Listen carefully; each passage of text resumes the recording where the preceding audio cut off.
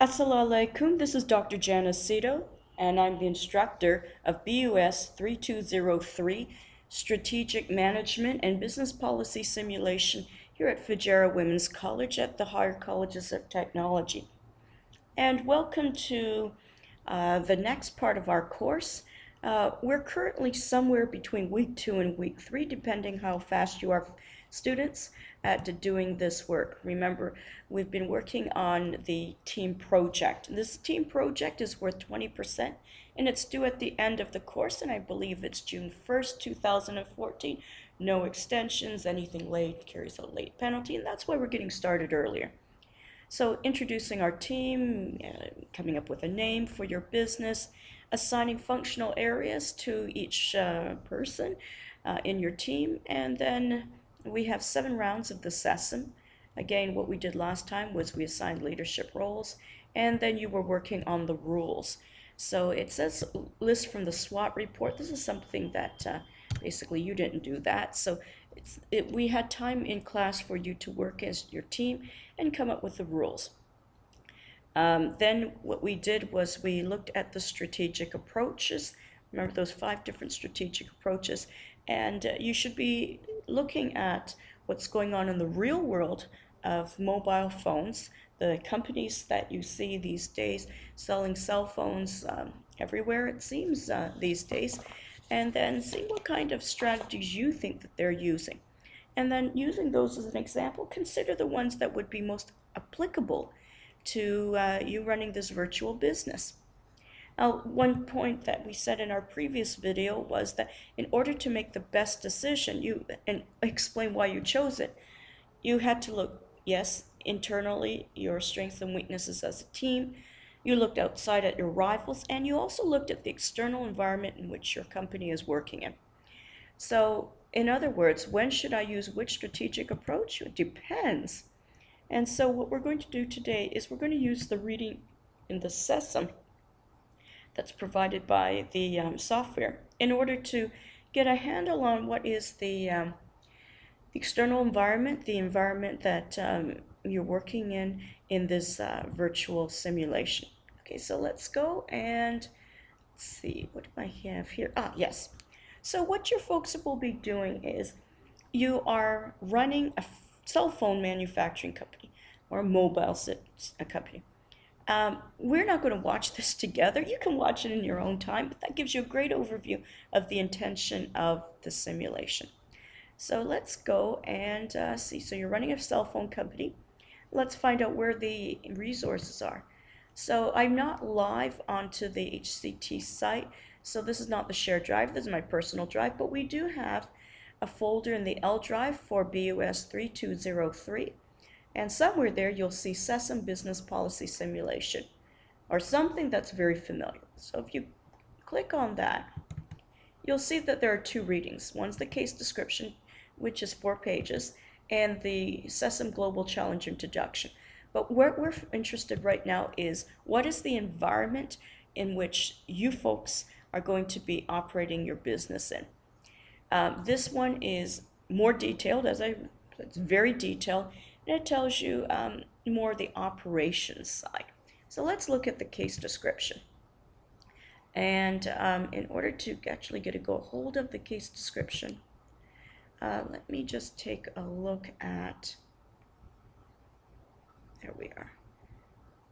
Okay, so the case description, actually, I like this. This is the very detailed one. I think it's worthwhile for me to just start. Now look at 2 slides from here. So the first page, it's the simulation of our international business and your strategy. And what I want is I want to go to, I think, is it 10? No, I want to go to 14. So let's go to 14. So you folks, you're running a company. And right now your company is called Mobile, or if you've seen the simulation, you've got a color, team red, green, gray, I think orange. So you're taking over as management team of the cell phone company. And you're going to be responsible for these functional areas. R&D, which is innovation, research and development, production, which is a lot like operations, marketing. Marketing is marketing.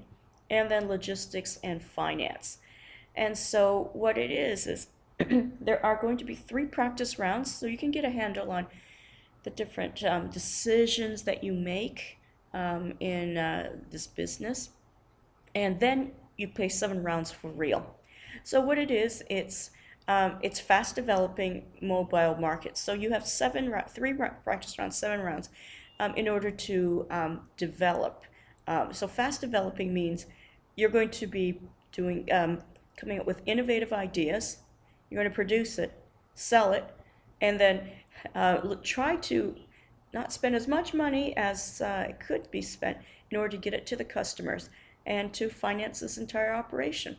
So product life cycles driven by technological innovation. Again, that's R&D. So you folks will, as I say, you'll develop and execute your global strategies. And so the development is what you folks will be doing now, which is coming up with your competitive strategic approach. Which one do you think will work best for you? Now, I don't want you to think that every team in the simulation has to choose a different strategy. It doesn't matter. If, let's say, you want to do the same strategy, you find out somebody else is doing the same strategy, that's fine. I mean, really, that's fine. It's how you execute the strategy that makes a difference whether you win or you lose. Okay, so as I say, strategic approach to making your decisions and analyzing your results. Now, continuous R&D, that means person in charge of R&D is going to be continuously doing something. You're not just sitting around, and you have to be active and proactive. Okay, so these are the keys to success. So let me just go to slide 10. All right, so slide 10. So as I say, introduction practice round, which we will be doing pretty soon. I can't remember which week it is. Let me see, course planner for teachers. This is it looks like we start pretty soon. So in March, we start our practice round right after the test. So remember, the test is on Etihad, so we're going to be studying. No, so you're going to tell me what you understand about Etihad's strategy, and the reading that you have, I think it's 8 pages. It's chock full of really, really interesting information. So anyways, so test first and then practice round, and then we'll see what happens. Okay, so anyways, practice round there. The course calendar, let's see where we get back to this. Yes. Okay, so after the introduction, you will familiarize with practice round. You get 3. And then when you're doing the practice rounds, ladies and gentlemen, if you make mistakes, hey, we learn from our mistakes, but hopefully you'll make your mistakes in the 3 practice rounds. It says the instructor decides the number of actual decision rounds. Yes, the decision is 7. Okay, and the decision making follows the cycle to the right. So introduction is basically doing the readings, the 4-page and then the other one. Then we're going to have 3 rounds of practice before the break.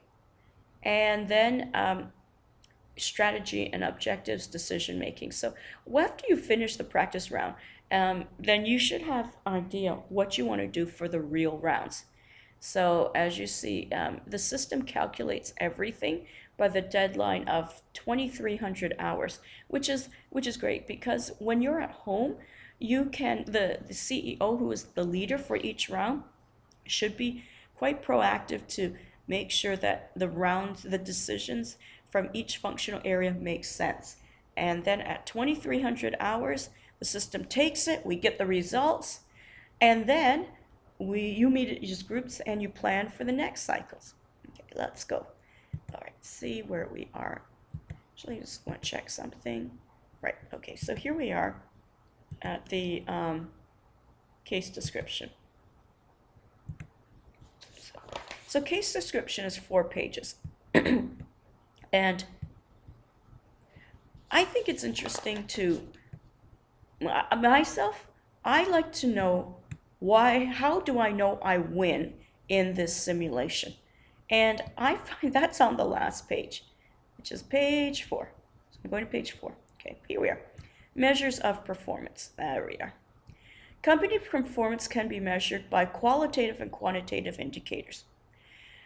In this simulation, we're looking at the quantitative indications. Now remember that we said that how you know a strategy is working is there's 3 factors. Now where are those 3 factors? I wonder if I put them here. I think I did. Let me see if I can find them. 3 factors. Yeah, 3 tests of an effective strategy. What are the 3 tests? Let me just go and find them for you. Here we are. 3 tests of a winning strategy. Fit into the firm situation, CSA, competitive strategic, competitive advantage, CSA, sustainable competitive advantage, and performance. What we're looking here is the quantitative indicators, so performance. And in your report, you're going to be talking about all 3 areas and pay special attention to performance.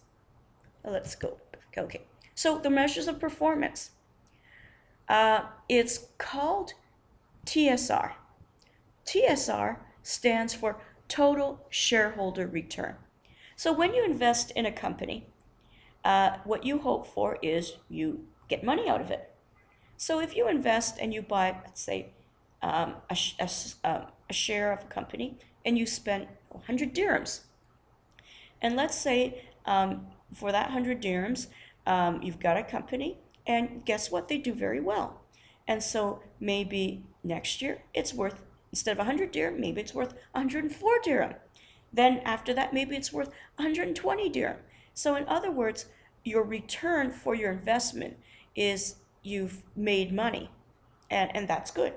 Now, another way to make money sometimes is if the company, not only does the share go up or they call appreciate, it also pays dividends.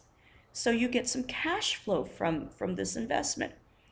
And that's great too, because so if your share, you have a company, you bought a share, and it's worth 100 dirhams, and then after a year, it's worth 120. The company is worth 120 per share. But let's just say you also get 5 dirhams in dividends. Well, your total shareholder return is for 100 dirhams next year, it's worth 120. So it's gone up 20 dirhams, plus you get 5 dirhams per as a dividend per share. So basically, you get 25 dirhams for an investment of 100 dirhams. And that's good. So that kind of, so dividends paid and capital appreciation of the shares over time. That's good. Okay, so anyways, so in the simulation, what you want is you want to do well in the short term. Also, you want to have things going on in the company that make it positioned to do very well. For example, like Apple. Apple for the longest time did not pay dividends, but their share price went out because they spent a lot of money on R&D. Let's see, I think it was 2003, Apple came out with the iPod, and that changed the music industry. And in 2007, Apple came out with the iPhone, which revolutionized telecommunications and mobile phones because you could browse the internet very, very easily. It would synced with your music and your iPod. So Apple basically, with their technological innovations, they've been able to achieve some sort of competitive advantage because they're known as like leading edge tech company. Tech that's easy to use. Okay, so anyways, I don't want to get too far away.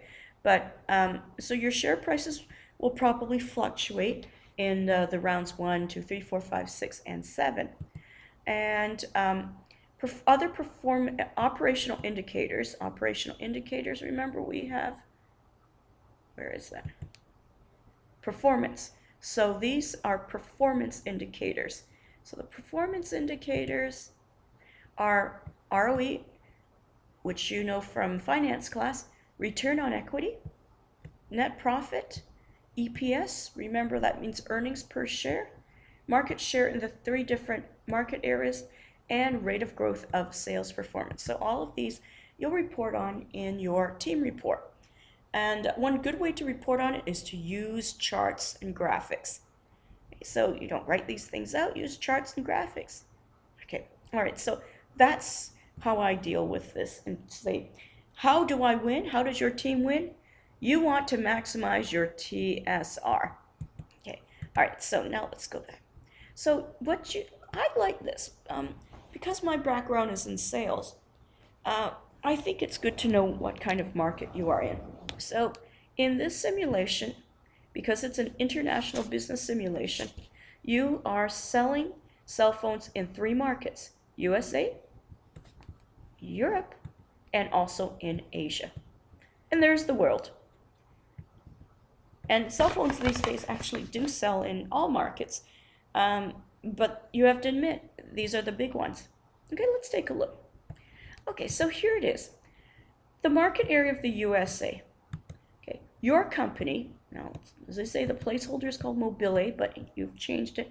We've got Shining Stars, we've got the Best, we've got Only Roses, and then the Team of the Men. Okay, so your company is in the USA, and so it's the largest market in the world. So it's, as it says, the USA is known as a leader in high-tech industries, but in the mobile sector, it falls behind in the rest of the world. And yeah, it's true. So Apple, is headquartered here. Samsung is in South Korea. And Nokia, Sony, Ericsson are in Europe. And I think part of the reason why mobile technologies and networks in the USA tend to be a couple of years behind Europe and Asia, well, I think it has to do with the fact in the USA it's one huge market, and Canada usually falls. Oh dear, usually falls. So there's not.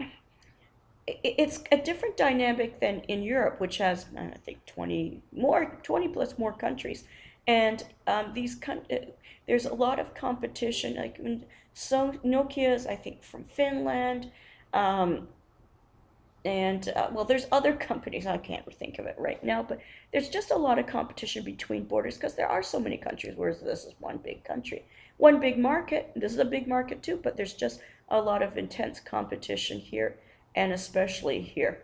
Okay, so it says additional features are in general more appreciated here than in USA and less in Europe. So basically, more appreciated here than in Asia.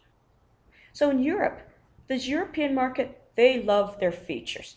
Now, what's features? And okay, so if you let who thinks features are the most important? Europe, number 1.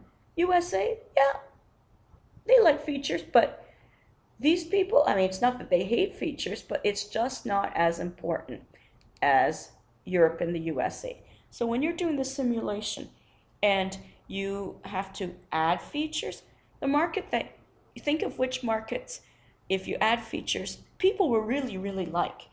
And if you add features in this market, nah, not really interested. Yeah. So this is something the marketing person should pay attention to, ranking the importance of features. Okay, let's see. Now, in the USA, demand is expected to grow 5 to 10% over the next 2 to 3 years. So remember, in the simulation, it's every round is a year. So it says here for 2 to 3 years. So round 1 and 2 and 3, probably, they expect it 5 to 10% in the USA. In the practice rounds, again, the same thing, 5 to 10%. And it says here, there's no reason why growth should stop even after that. It's hard to predict the future. So right now they say, yes, why would it slow down? You just never know. Remember in 2006, 2007, it looked like the world economy was going to grow very well. Then 2008 happened, and well, we know what happened at that point. So you can't really forecast too far in the future. Okay, according to some of the least conservative estimates, in a few years, with the introduction of new technologies, growth in demand may show peaks of up to 15 to 20% a year. So you can think, well, maybe year one, year two, round two, round three, 5 to 10%, but who knows? Maybe it grows even higher. So I hope you're taking good notes, folks. Okay, let's take a look at the other two market areas. So these two market areas, we've got Europe. Now remember about Europe, they love their features. Okay, companies have been exporting products to Europe for the past couple of years. Production facilities will not be established in Europe because of high production costs. So there's a person on your team whose functional area is production. So the production person, guess what? Right now, according to the simulation, you have factories or plants or production facilities only in the home market, which is the USA. All of the other companies in the simulation, their headquarters is in the USA. Okay, everybody. And everybody has all their factories in the USA. And if you want to build factories somewhere else, yes, you can. But don't build them in Europe because it's too expensive. Okay.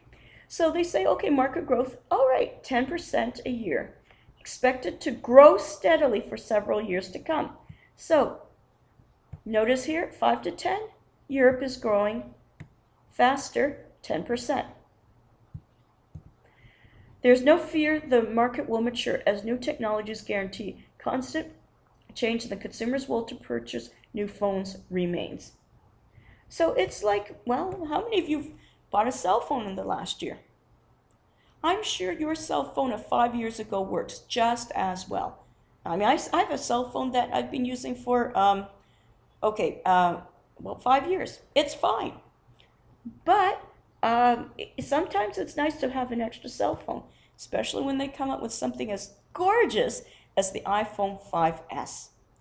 And maybe a iPhone 5S will be something that'll come to me after my birthday or something like that. But anyways, that's what it is. Just because people have one doesn't mean they can't have another. Okay. Anyways, let's go to Asia. Asia, highest potential growth in this market. Currently 20% a year. Long-term growth prospects are hard to make. So right now 20%, maybe round one, round two, or round one, round two practice round, 20% growth. Okay, now in Asia, consumers are not as appreciative of product features as in other regions and less receptive of new technologies.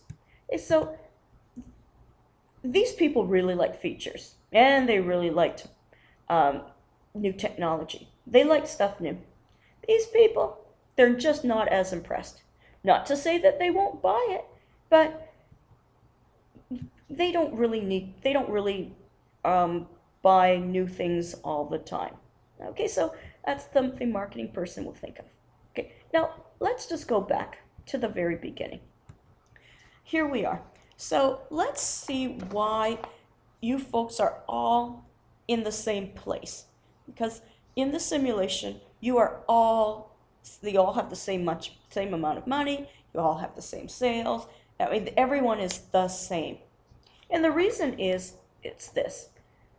Okay, so basically in this pretend virtual scenario, guess what? You've been told all these cell phone companies in your universe, so whether in your universe 1, which I think has 4 companies, or universe 2, which has 5 companies, or it's the other way around.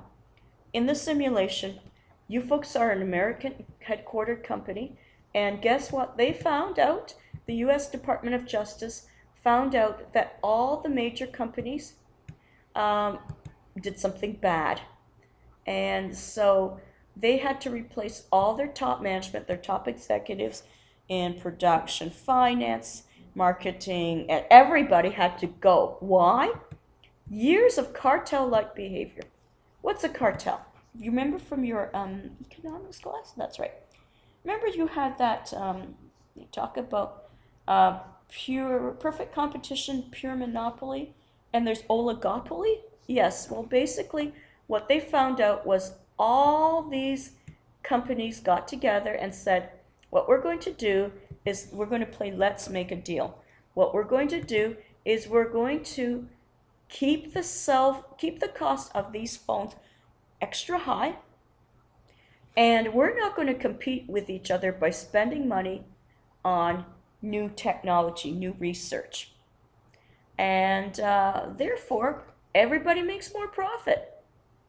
So this is not what's happening in real life. In the real life, it's very, very competitive. You know, Apple's spending lots of money. Samsung's spending lots of money. BlackBerry was spending lots of money in order to get bigger and better cell phones uh, onto the hands of consumers. Okay, so anyways, in the situation of the scenario, you folks have been chosen to replace the previous top management. So you're very new, but they think you can do a really good job. Okay, so again, the core operations are R&D, production, marketing, and I mean, yes, there's going to be finance as well, but that's not an operating. They're more management of money, and logistics is management of transporting things back and forth. Okay, so anyways, so now you know why you're all the same, and basically, let's take a look at the situation. Last year was you had more than $1 billion in sales revenue. So everybody had $1 billion in sales revenue. So if you look on the simulation, you'll see that's the opening spreadsheet. Okay, you have had lots of profits, so you've built up lots of cash, and with that cash, you can spend money on anything you want. Promotion, R&D, you've got money. Okay, so as I say, lots of cash. Oh yeah, good starting point. Okay, because now you are all competing, there's going to be increased competition. And when they say rapid technological evolution, that means R&D. Okay, whoever's in R&D, you can spend money. Okay, so let's see how we're doing. Okay, now this goes in to what is behind this. And I'm just going to check and see how much time I have here. Oh, this is going on for half an hour. Well, let me just at least start with the history of the industry. And so remember when you're doing a SWOT analysis, strengths, weaknesses are the internal company opportunities and threats. Threats are the other companies in your universe because they all want to win and you don't want to lose. Okay, so that's that. But opportunities come from studying what the industry environment is like. So let's take a look. I think I can get this in. History of the industry. Okay, and all this information is true. Okay. So in about is this 30 years ago? Yeah, about 30 years ago, there was the first cell phones, and they were heavy and huge, and it's true. My father had a cell phone. It was a novelty, and it was big and it was huge. It was probably the size of my forearm, and yeah, it was not. You couldn't put it in your pocket unless you were the Jolly Green Giant, and so. Anyways, that's enough of that. But in the end of the 80s, so about so then there were actually hand portable. So these were just portable. These are hand portables. And then cell phone industries took off. Okay, so what happened was well, because there was, a recession, etc., there were cell phones, but they really didn't take off. But a lot of companies basically spent lots of money in order to make cell phones from being heavy to be smaller and faster, and lighter. So first became, what they call 2G. 2G is second generation. So you can guess 3G is third generation, etc. Okay, and so GSM is, I think they call it's a global standard. Okay, so there we are. So I guess this was from this president of Finland, so I think that was probably Nokia, which basically, with a lot of their money, they were able to get this thing going. Now, in North America, they did not use GSM, they used CDMA. CDMA and GSM, they really did not communicate very well with each other. In fact, some people like myself had a CDMA phone, just didn't work over here in the UAE because you use a whole different system. Okay. So anyways, things got smaller and lighter, and but they were great for using, or they were great for calling people. Okay. And in Japan, they use FOMA. Okay. And FOMA, so voice data and non-voice data. Okay, so that was for the longest time where you could made only cell calls to each other, but you couldn't transmit anything else. And then only about a decade ago could they start doing data. And this is where you can surf the internet on your mobile phone started coming in. All right, so nowadays, are there a lot of cell phone companies? Not really. Because it's so expensive for the R&D, it's a small number to do it. Okay, so that's why we've got in real life, only Nokia, BlackBerry, Samsung, and Apple. Okay, so in real life. Okay, let's see. Now, why do people like cell phones? Well, they have to make sure it works, yes, but design is very important. And design to make it easy to use is very important, as Apple has shown. The look of the iPhone 5S, it's just really lovely. And people are proud to carry them, and people are proud to be seen carrying an Apple. It's a mark of some sort of distinction. All right, so anyways, now back to the simulation. In the simulation,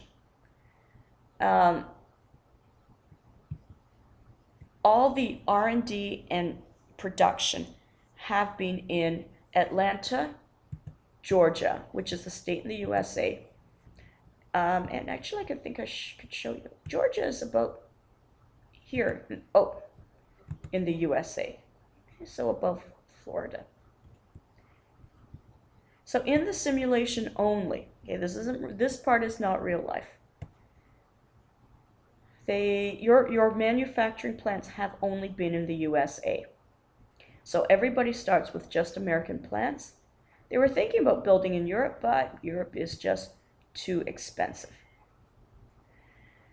So in the simulation, you can build your technology yourself, or you can develop your technology yourself in-house. In-house means inside the company. And production has been in-house. You build your own factories. But these days in the simulation, and also in real life too, they've been subcontracting the production and R&D. So companies will, if they know another company is specialized in building something, then they'll go and contract to buy that technology. Or if they know a company does a very good job in manufacturing cell phones, then they'll say, you do it, we won't. For example, Apple, in real life, they do not manufacture their own cell phones, or their iPads, or their iPods.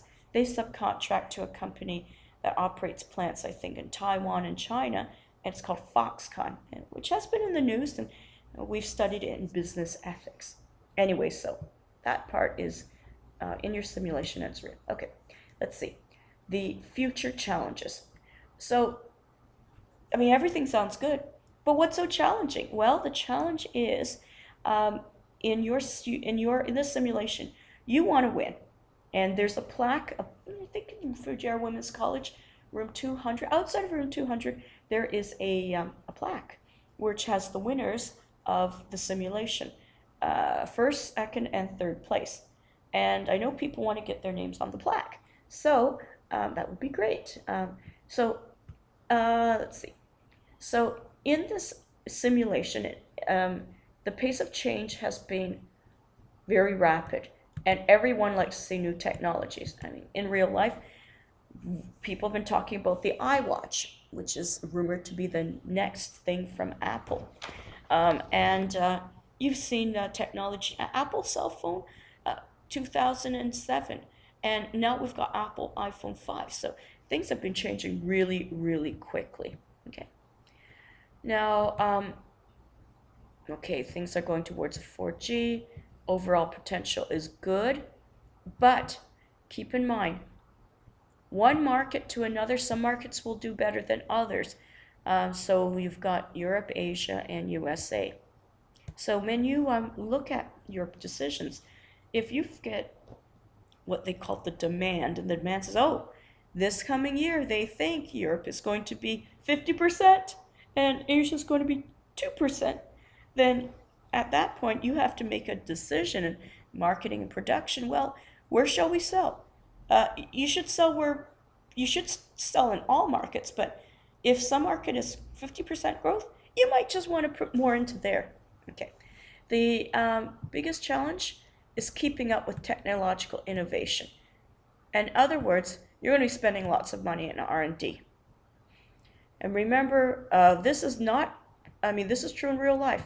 People use cell phones for more than just talking. Some people play games, which I don't understand. I've never played a game on my cell phone. But I surf the net. Then I sometimes listen to music. And if I'm going somewhere, I'd like to see GPS directions. Okay, so anyways, not everything can be developed in-house. So you have to look at subcontracting to other people, other companies, and there's a budget for that. Okay, so now this is a big clue. Growth will probably increase momentum for establishing more production facilities, at least in Asia. So you need to build factories, and Asia's a good place to build factories. Okay. All right, as the mobile phone industry evolves into new applications and services, cooperation has amongst industry talent has intensified, facilitating a faster adoption of mobile services as market growth. So basically, when they say among industry players, if what it means is if there's like 4G, 5G, so if you put out a cell phone which has the newest technology, it will happen. There's no delay in the networks, but you have to keep an eye on their network coverage. Okay, so look, folks, this has been quite a bit of time on the first page 1 and page 4, and in the next video I'm going to look at page 2 and 3. And so this part, okay, so we've had the industry, we've had the market, so we're going to look at the operations. In this one, take plenty of good notes and very good luck in the simulation. Bye-bye.